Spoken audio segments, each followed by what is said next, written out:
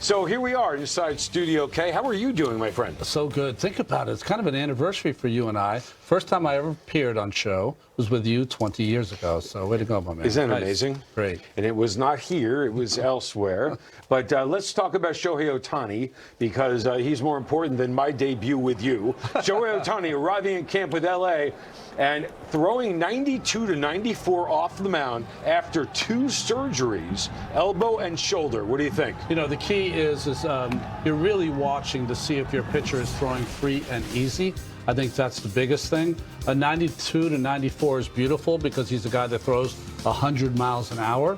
The one thing that you look at is mechanics nice? Is it free and easy? And he looked beautiful for a pitcher who's probably not going to pitch till May. Let me ask you this. As far as the velocity, do we care?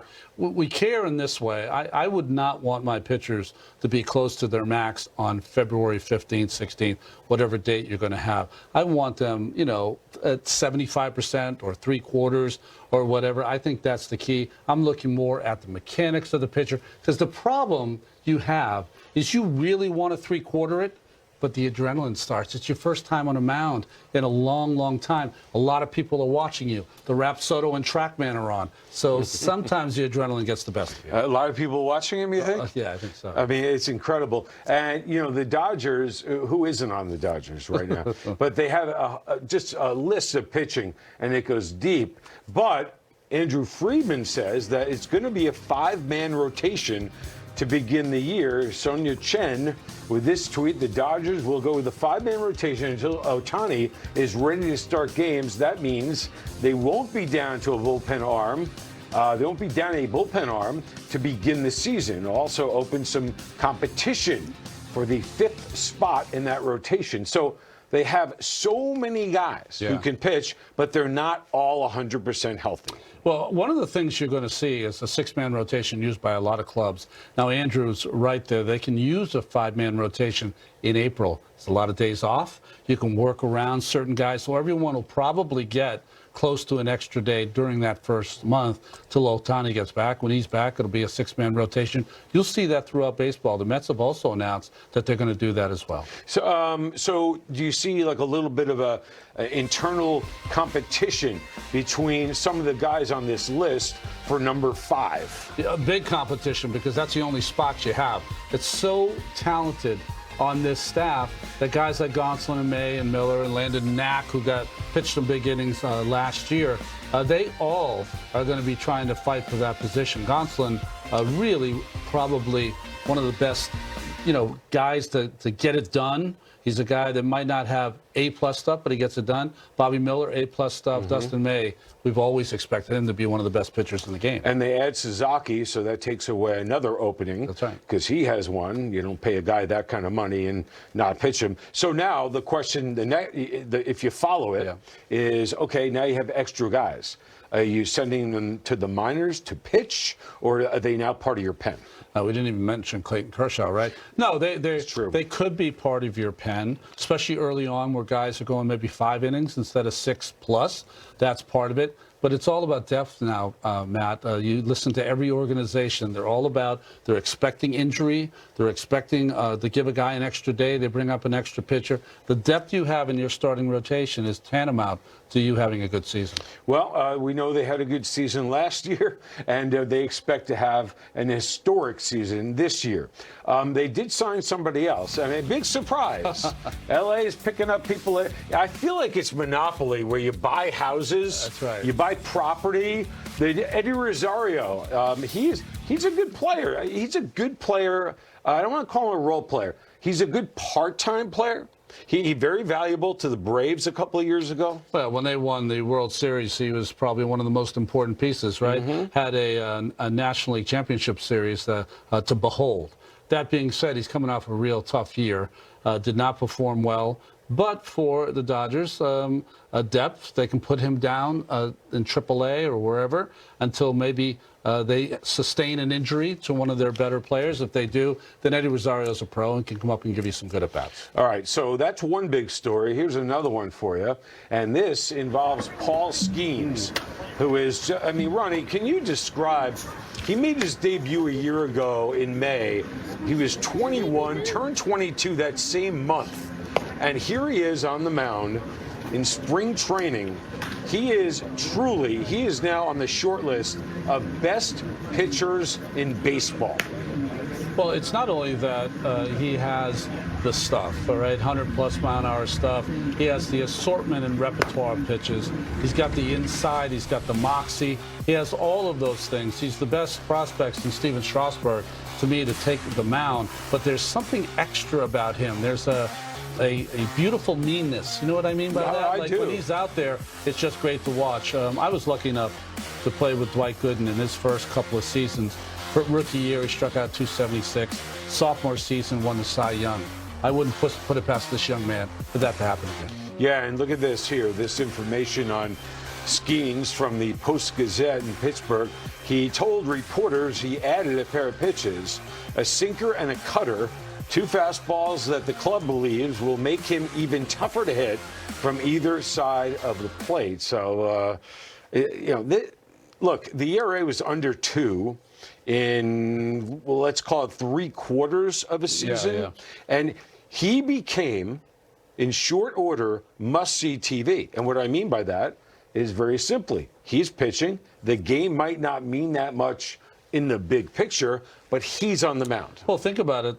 Early in his career, he's still tweaking and trying to make himself a little better. To talk about the two pitches that he's added there, or just really one, the sinker he's going to be throwing 98 to 100 miles an hour. If he does add that pitch to go along with the splinker, which is the So we have a splinker and a sinker. Right. All right. So Okay. If he has those two pitches, if you're thinking of sequencing, right, he can throw that sinker at 100 miles an hour, 98 miles an hour, whatever, and the splinker right off it. So it's the same look with two pitches with a separation of 6 or 7 miles per hour, and that doesn't even include the movement. So a lot of times when you come to the spring training, you add a couple of pitches, you're trying to add to your repertoire, and then the season starts, and you got bases loaded in the 7th inning, and you're winning 1-0, and you go back to the 2 or 3 pitches that brought you there. So he might go through this process of working on these pitches, but once the season starts, sometimes you have to keep it simple. Yeah, and last year they held him back a little bit, I said,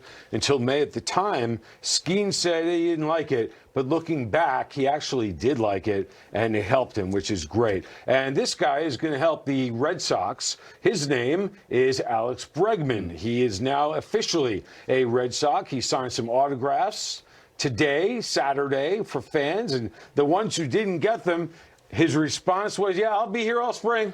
I'll be here all spring, guys. Here's Alex Cora on his new second shortstop. If you were under the impression there'd be no homework on this show, there is. It's coming up. But before that, here we go. The spring training schedule. Cubs and Dodgers on February 20th. And then the 21st, we get busy, mix in a college team.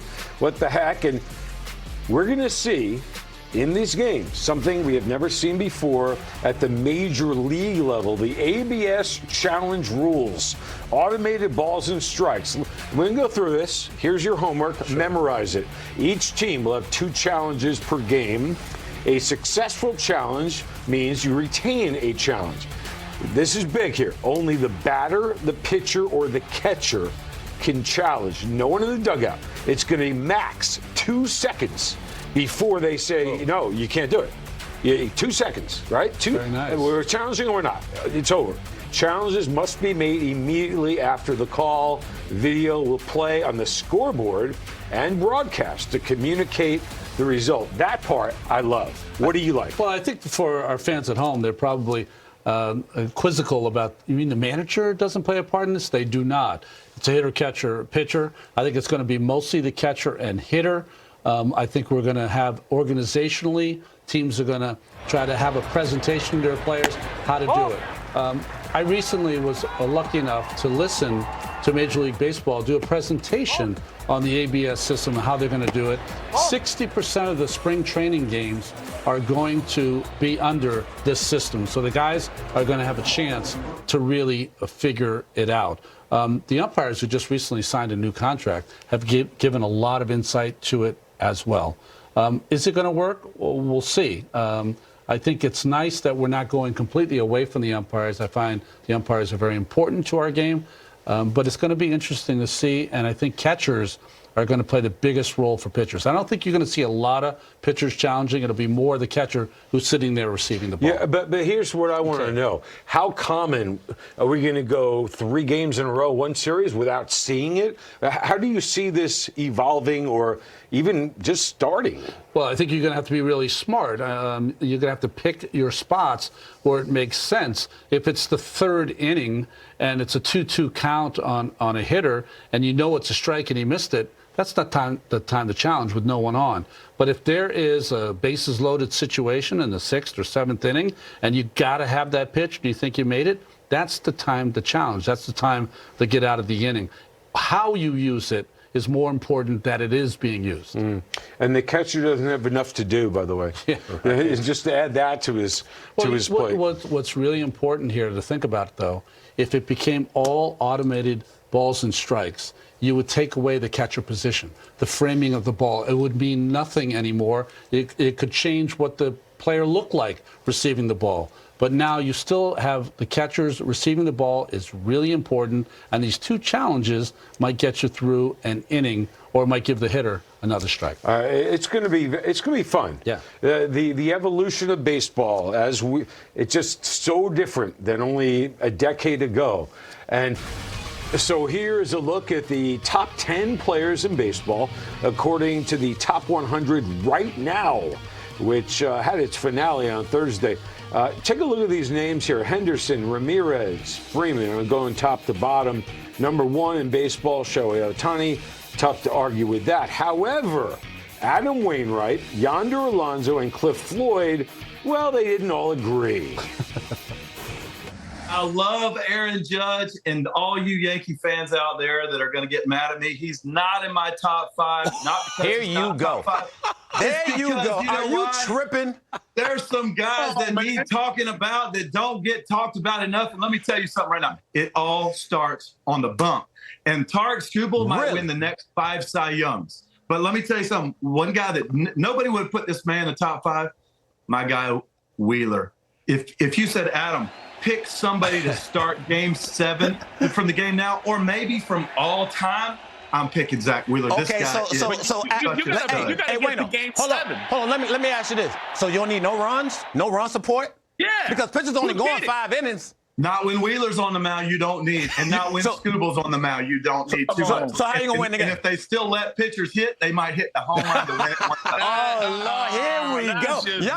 Yonder, you better say something.